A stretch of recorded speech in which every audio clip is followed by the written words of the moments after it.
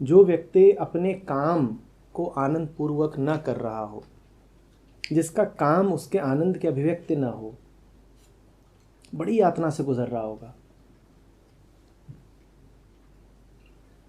कई बार तुम लोगों के अधकचरे काम का जो मुझे मिलता है उसको देखता हूँ तो क्रोध उठता है, पर क्रोध उठता है साथ साथ में दया भी उठती है कि कैसी मनस्थिति होगी जब ये काम किया गया। दिन भर के बाद तुम लोग जो ट्रांसक्राइब करते हो वो आता है मेरे पास, मैं उसको देखता हूँ, मैं सोचता हूँ कि एक जीवित इंसान ने अपने 7-8 घंटे लगा के ये किया है, ये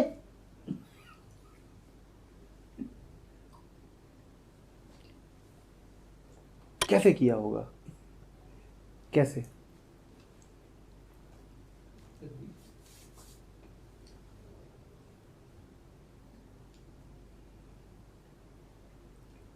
और यहाँ पे समझिएगा, वो वर्क की बात इसलिए कर रहा है क्योंकि उसने कहा है कि हम ज़्यादातर समय काम करते हैं। बात सिर्फ प्रोफेशनल वर्क तक सीमित नहीं है। आप ज़्यादातर समय जो भी करते हैं, प्रत्येक कर्म के लिए ये बात लागू होती है, सिर्फ प्रोफेशनल वर्क के लिए नहीं। आप अपने बेडरूम में भी क्या करते हैं उस पर भी ये बात लागू होती है। आप झाड़ू भी लगाते हैं अगर अपने बरामदे में, तो उस पर भी ये बात लागू होती है। अगर उसमें आनंद नहीं है तो जीवन फिर यातना के अतिरिक्त और क्या है?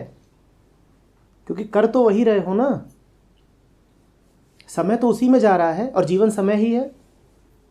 हम तो जीवन को समय ही जानते हैं।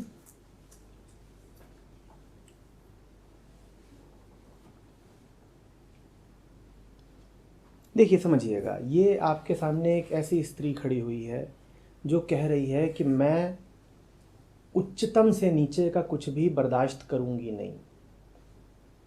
वो उसकी सारी बातें आपको समझ में आ जाएंगी अगर एक बार आप समझ लें कि आइन रैंड खड़ी कहाँ पर है, उन्होंने अपने लिए कौन सा स्थल चुना है। वो कह रही हैं कि एक जीवन, और इसमें अगर उच्चतम को पा नहीं लिया भी नहीं, उच्चतम अगर हो नहीं गए तो जीवन गया व्यर्थ। समझ रहे हैं? बहुत साधारण सी बात कह रही हैं वो। एक जीवन, और इस एक जीवन में उच्चतम को अगर पा नहीं लिया, ये उनका कोई गोल नहीं है, ये उनके लिए प्रतिपल की बात है।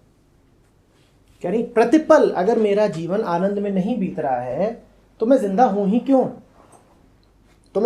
क्यों? और वी द लिविंग की जो नायिका है वो मरना पसंद करती है। वो कहती है अधकचरा जीवन नहीं जीऊंगी। उपन्यास का अंत होता है उसकी मृत्यु के साथ, पर वो तब भी खुश है, मुस्कुराते हुए मरती है। मर जाऊंगी पर ऐसा जीवन नहीं जीऊंगी।